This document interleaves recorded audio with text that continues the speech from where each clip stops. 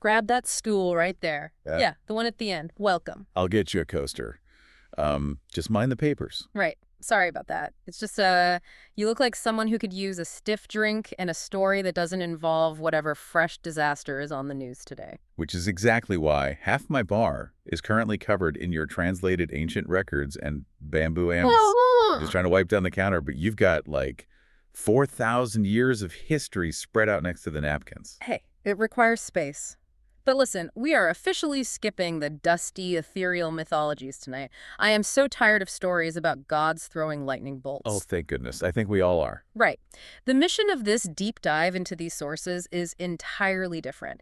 We're looking at the rise and fall of China's very first family business. The Shia dynasty. Exactly. We're tracing a 400-year life cycle from, a merit-based, desperate startup to a heavily nepotistic monopoly, right down to a spectacular bankruptcy. And a hostile takeover. Yeah.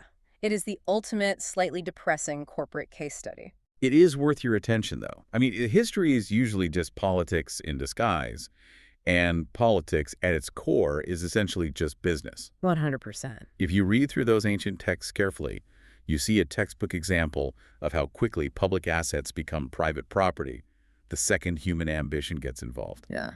Keep an eye on that transition as we talk. So let's look at the founder, because to understand how a 400-year enterprise eventually goes bankrupt, you have to look at how it was built. And how the very first succession plan completely fell apart. Right. We start with Day Yu the Great.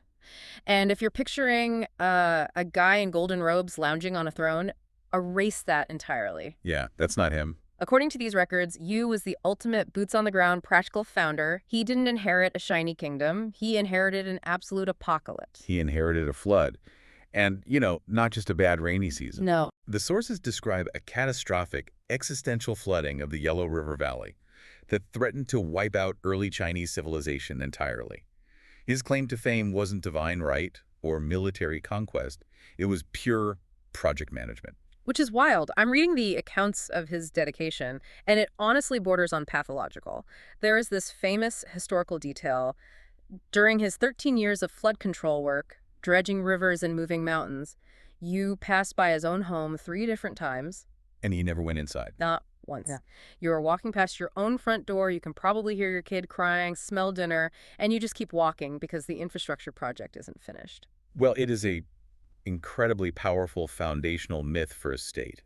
It establishes the rigid precedent that the leader sacrifices everything personal for the public good. Or, to put it in modern terms, Yu was that manic, workaholic startup CEO who refuses to use his PPO, never takes a holiday, and builds the company's entire valuation by sleeping under his desk for a decade. Yeah, that's a pretty accurate comparison. And the political system they had back then actually rewarded that kind of suffering. It was called the abdication system. The CEO role wasn't inherited by blood. Right. It was supposed to go to the most highly capable veteran minister on the board. A guy named Bo Yi was next in line. Exactly. It was designed as a pure meritocracy. But the vulnerability of meritocracy is that it relies entirely on the honor system. The established protocol dictated that Bo Yi would take over because he had earned it through public service. But Yu had a son. A young man named Qi. Yeah. The first real Nepo baby in recorded Chinese history. But help me understand the mechanics of this, because I'm looking at the timeline, and Qi wasn't just some lazy kid resting on his dad's laurels. No, he was violently ambitious. Right. He looked at the company his dad built, looked at this veteran minister, Bo Yi, and just decided to take it for himself. But if this was a deeply entrenched meritocracy, and Bo Yi had the backing of the old guard, how does a kid just muscle his way in? I mean, did he just ask nicely? He didn't ask at all. The historical texts suggest a fundamental shift in alliance building. While Day Yu was out muddying his boots and sleeping in riverbeds, Qi was back at the capital, hosting feasts. Oh, so he was networking. Heavily. He spent years cultivating relationships with all the regional tribal leaders. Basically, the ancient equivalent of middle management and regional directors. It is incredibly shrewd. It was. So when Day Yu died, Bo Yi formally stepped back, observing the traditional mourning period, expecting the regional lords to come pledge their loyalty to him. Because that was the protocol, but they didn't. No. The regional leaders bypassed Bo Yi entirely and went straight to Qi's compound. They brought their tributes to the sun. Wow. So Qi had essentially bought the loyalty of the board while the old guard was expecting the system to just police itself. Exactly. And when Bo Yi realized what was happening and tried to assert his rightful claim, Qi used his newly acquired military backing to crush the opposition. So it wasn't just a quiet boardroom maneuver, it was a hostile takeover wrapped in a military coup. Qi just threw the entire abdication system into the fire. Which is a seismic shift in human organization. I mean, that specific moment is when the political landscape flipped from what was viewed as a public world, where the realm belonged to everyone and the most capable person managed it, to a family world. From a public trust to a private monopoly. Exactly. The state, the people, the land, it was all suddenly treated as property. And once the company is safely filed away as family property, the founder's insane work ethic never seems to survive to the third generation. Which brings us to what I like to call the garbage time of the Shia dynasty. But every monopoly eventually hits a period of decay. Without the pressure of meritocratic competition, complacency becomes structurally inevitable. Complacency is a very polite word for it. Let's look at Tai Kang. He is Qi's descendant, making him the classic, rich, third-generation trust fund CEO. Oh, Tai Kang. Yeah. Remember his grandfather Yu, the guy who didn't go home for 13 years because he was working? Tai Kang was the exact opposite. He didn't care about governance, he ignored the state's agriculture, and he completely ignored the regional shareholders.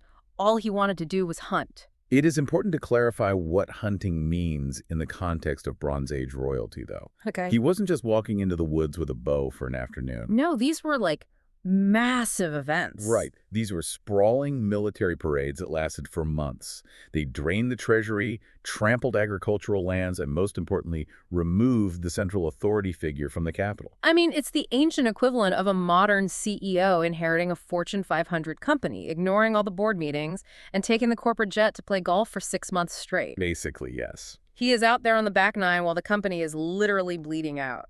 And as you'd expect, someone else decided to sit at his desk. Because nature abhors a vacuum. Politics abhors a vacuum even more. When the designated leader abandons his post, opportunistic rivals will inevitably secure the doors behind him. And the guy who changed the locks was an outsider named Hou Yi. Now, anyone who knows Chinese mythology knows the name Hou Yi as the legendary archer who shot down 9 scorching suns to save the earth. Right, the mythological hero. But looking at the actual grounded historical records here, he wasn't shooting down suns. No. Let's separate the folklore from the political reality. The historical Hou Yi was the leader of the deeply militarized Yukong tribe. He was essentially an incredibly powerful regional manager. And he saw an opening. He saw that the capital was empty because Tai Kang was on a 100-day hunting bender. So Hou Yi simply marches his forces into the capital, occupies the government buildings, and when Tai Kang finally decides to wander back from his hunting trip, he finds the gates barred. It's literally recorded in the texts as Tai Kang loses the country. He went out to play and lost the entire family monopoly, just like that. It highlights the critical vulnerability of the family world model. If you decree that the state is just private property, you shouldn't be surprised when someone stronger decides to steal it. So the Shia family business is suddenly under non-family management. But the Shia bloodline wasn't entirely wiped out, and here we get into the mechanics of what has to be the most grueling corporate comeback story in ancient history. You're talking about Shao Kahn. Yes, a descendant named Shao Kahn. Shao Kahn's revival is remarkable, primarily because of the sheer deficit he started from. He had to completely rebuild the political capital that his ancestors had squandered, starting with absolutely nothing. Exactly. I'm looking at how he pulled this off, and it wasn't some quick, flashy PR campaign. He couldn't just walk into the capital and say, hey, my great-grandfather founded this place. No, his mother was pregnant with him when the capital fell. Right. She literally had to crawl through a hole in the city wall just to escape being executed by the usurpers. Shao Kahn grew up in hiding. He essentially had to take a job in the mailroom of a rival company. The texts say he worked as a shepherd and a kitchen manager in a distant tribe. A kitchen manager. The rightful heir to the entire dynasty is counting sheep and managing rations. But he was patient. He was incredibly smart. He slowly built alliances. He married the 2 daughters of a powerful tribal chief, which finally gave him a small piece of land and a standing force. He spent decades planting spies, gathering resources, and waiting for the usurpers to get lazy. Eventually they did. Yep. And when they finally did, he executed a massive, highly coordinated, ancient leveraged buyout. He assassinated the illegitimate rulers and reclaimed the family business. It's remembered as Shao Kang's revival. It was a wildly successful military and political revival. However, it set a highly dangerous precedent. How so? Well, he patched the immediate cracks in the foundation by removing the usurper, but he didn't fix the underlying structural flaw of the dynasty. He restored the family monopoly, but implemented absolutely zero safeguards against another bad CEO taking the helm. Ah, right. Which means it was only a matter of time. You can only catch up a fundamentally flawed corporate structure for so long before a truly toxic CEO gets the top job and drives the whole thing straight into the ground. Which brings us to the final boss of the Xia dynasty, The ultimate liability. the last ruler of the Xia. If Dai Yu was the ascetic workaholic founder and Tai Kang was the lazy trust fund kid, Ji was an unhinged, narcissistic corporate saboteur. He took institutional self-destruction to the absolute extreme. The historical records characterize Ji as possessing immense physical strength, even claiming he could twist iron bars with his bare hands. But he was completely devoid of any moral compass, empathy, or strategic foresight. He was just a brute. A brute consumed by a level of indulgence that destabilized the local economy. I'm reading about the King Palace he built. He completely drained the state treasury to construct these sprawling, extravagant villas. There are accounts of him ordering the construction of a lake filled entirely with wine large enough to sail small boats on. All while his citizens, his employees, were starving. Exactly. And he wasn't just corrupt, he was brutally paranoid. That is the inevitable endpoint of an absolute monopoly. Anyone who offered constructive criticism or warned about the treasury was executed. The entire feedback loop of the Xi administration broke down. It's the ultimate toxic workplace. HR isn't there to help you. HR is an executioner with a bronze sword. And the worst part is his absolute delusion. Ji famously compared himself to the sun. Yeah. He actually told people, "My rule is like the sun in the sky. When the sun dies, then I will die." Which is a crucial ideological point to pause on. Ancient Chinese statecraft heavily revolved around a concept that would later be formalized as the mandate of heaven. Right. The underlying philosophy was that a ruler only had the right to govern as long as they possessed virtue and cared for the people. Heaven granted the mandate, but heaven could also revoke it. Ji's arrogance was believing his mandate was an unconditional law of physics rather than a fragile social contract. And while Ji is having this protracted, expensive, narcissistic meltdown over in the next territory, a rival company is taking notes. This is the Shang tribe, led by a man named Shang Tang. Shan Tang is a fascinating historical figure because he fundamentally understood something Ji didn't, the importance of optics, public relations, and narrative control. Shang Tang was a PR genius. While Ji is alienating literally everyone by executing his advisors and swimming in wine, Shang Tang adopts this highly calculated, benevolent president persona. He positions himself as the exact antithesis of Ji. It was a very smart play. There is this one specific story in the sources, an absolute masterclass in propaganda that totally shifted the balance of regional power. It's the story of a net. Explain how this works. The incident of Wang Kai Yimian leaving one side of the net open. The texts record that Shang Tang was out inspecting his lands one day and came across a hunter. The hunter had set up a massive four-sided net to catch wild animals, completely blocking every possible escape route. Right. The hunter was praying to catch every living thing that passed by. And Shang Tang, making absolutely sure that his entourage and the local scribes are watching, walks up to the hunter and sighs this incredibly deep, theatrical sigh of compassion. He orders the hunter to remove 3 sides of the net. He says, "Leave one side open. Give the animals a chance to live. Let those who wish to fly to the left, fly left.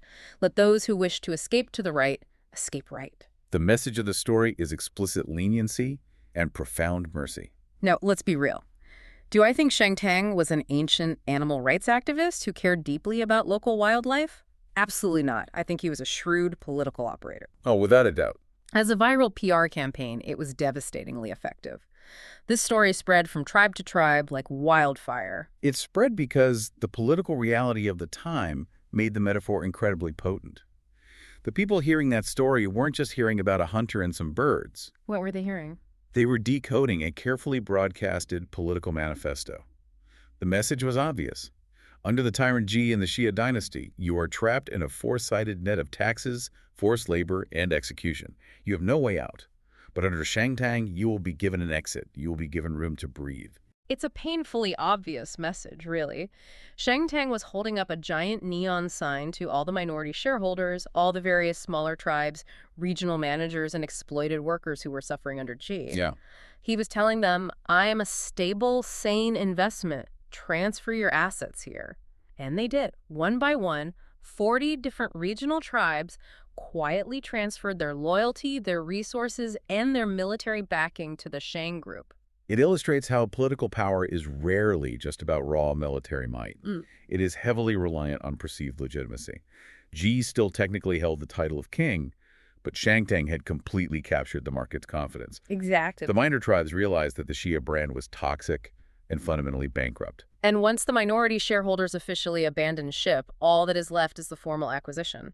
Around 1600 BC, Shangtang officially dropped the benevolent president routine just long enough to launch a full-scale, highly aggressive military campaign against Ji. This culminates in the Battle of Mingtiao. But it's vital to note that before the troops marched, Shangtang delivered the Oath of Tang. Ah, right. He publicly declared that he wasn't just rebelling for power. He claimed that heaven itself had ordered him to destroy Shia because of Ji's crimes. He officially claimed the mandate of heaven had shifted to him. He weaponized the religion against the incumbent. So they meet at the Battle of Mingqiao.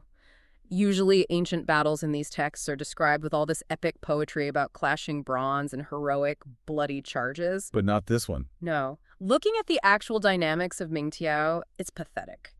Shang Tang rolls up with a highly motivated, well-fed, well-organized force that believes they are doing the work of heaven.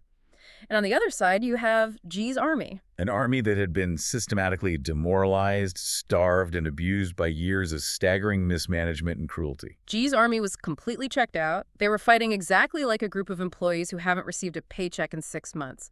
The CEO is screaming at them from his chariot to hold the line, and they're just looking at their sandals. I'm reading the accounts, and the Shia soldiers didn't even want to fight. They were actively defecting or just refusing to engage. Absolutely no one was willing to take a bronze spear to the chest for Ji. The structural integrity of the Shia state had already collapsed internally long before Shangtang's army ever arrived on the field. Mingqiao wasn't a battle so much as it was a formal, heavily armed eviction notice. That is the perfect way to put it. The resistance melted away because the Shia soldiers themselves fundamentally agreed with the invaders. They wanted Ji gone just as badly as Shangtang did. So the battle is a total humiliating rout.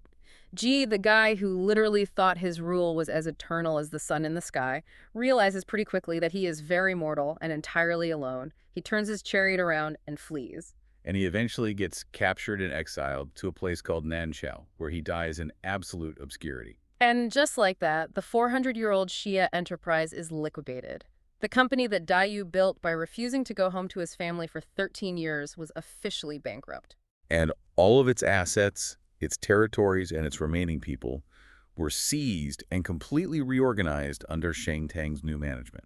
The first great family monopoly of China was formally dissolved. It is a wild, slightly exhausting ride to read through. You go from a hardworking startup founder who works himself to the bone to a golf-playing Nepo baby who literally gets locked out of his own capital. To an exiled orphan who stages a massive, leveraged buyout from the mailroom. Right down to a delusional mad king whose unpaid army finally just lets the company fold. It highlights a recurring, somewhat cynical pattern in human history.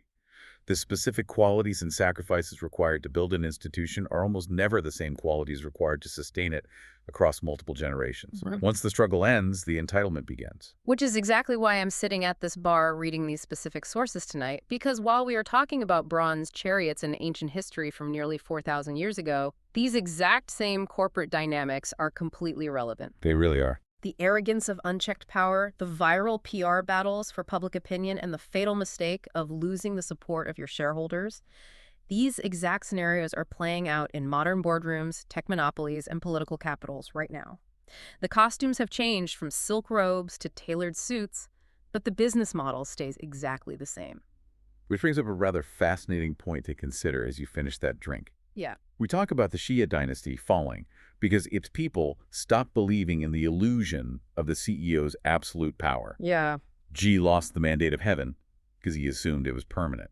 So I'd ask you to consider the modern equivalent. In today's world, whether we're talking about a massive multinational corporation, a social media empire, or entire political system, what is the exact quiet moment an institution actually loses its mandate? That's a good question. When do the people stop believing the illusion? And perhaps more importantly, when the old system collapses, is it always a rival, benevolent president who ends up holding the keys? Or do we just keep willingly walking into new, four-sided nets with better marketing?